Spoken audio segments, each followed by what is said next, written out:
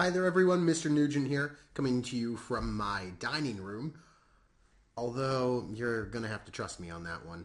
We're going to be talking about the 2.03 lesson today. It's all about pop culture. I have my pop culture coffee mug right here. Rock, paper, scissors, lizard, Spock. If you're saying, what's that? Where have you been? Rock, paper, scissors, lizard, Spock was created by internet pioneer Sam Cass. All hail Sam Cass. Hail.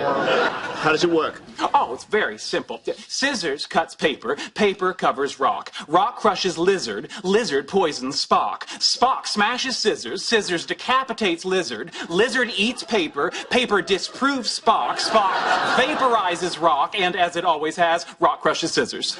But we're jumping ahead of ourselves. Let's rewind. Following World War II, you have the birth of this American pop culture thanks to different technological advances like television, radio, and the satellites that make it all happen. Culture spreads from America to the rest of the world. The important thing to remember is that it's not just television and movies and music that make the journey out of America to other places. Western style of clothing and food and drink like McDonald's and Coca-Cola start making the journey to Europe. And it leaves people scratching their heads. European scholars can't understand why people who grew up with classics like Beethoven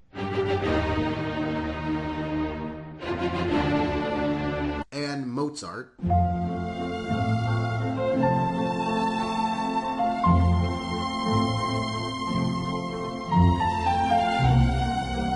or Shakespeare or Da Vinci would actually prefer music from Chuck Berry.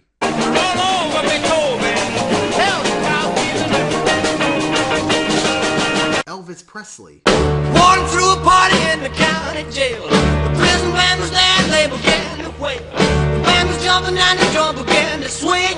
You should have heard the knocked out jailbird sing and rock. Or watch movies with James Dean. Tearing me apart! What? You say one thing, he says another, and everybody changes back again! That's a fine way to behave. Well, you know who he takes after.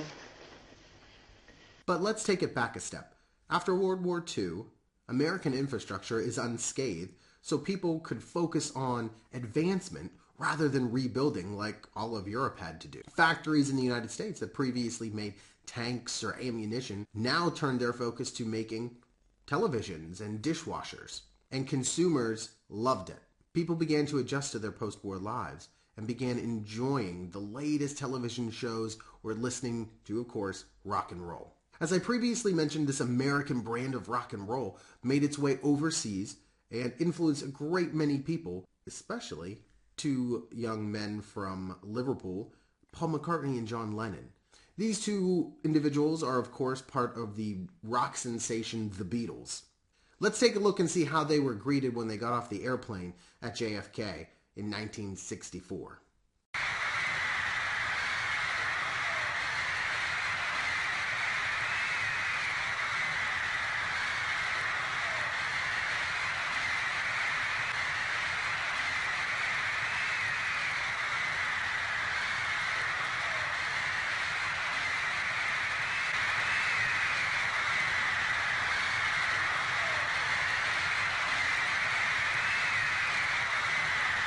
Yeah, kind of a big deal they were.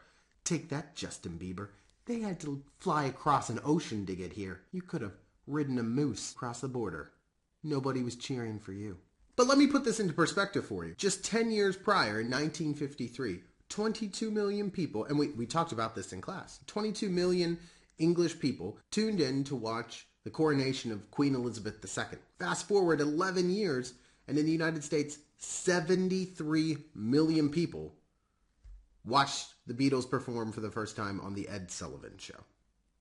So thanks large in part to music groups like the Beatles, you saw an increase in what we call cultural exchange. So rather than one country sending all of its culture outside of its borders, and that's it, other countries just adopting it, you have a back and forth going on. For example, the Beatles were influenced by American rock and roll. They took that sound, made their own music, and reintroduced it to the United States, where it caught on like wildfire. In addition, you see more exchange when the Beatles become interested in Indian culture. things like sitar music.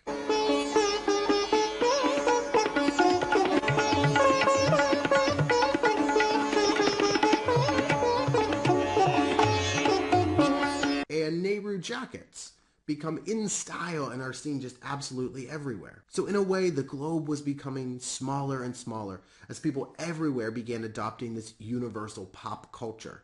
And actually, people from mostly non-Western countries, but older generations, they began to worry that Western values, this Western lifestyle, was going to wipe out their own local culture and replace it with one universal pop culture. That wasn't really ever the case. That did not truly happen. And in reality, it sometimes helps us when people know celebrities all around the world. They come together. In the early 1970s, they have a concert for Bangladesh to support victims of natural disasters. Most recently, we had a similar event for individuals in Haiti after the earthquake struck their country. So sometimes pop culture can be a good thing.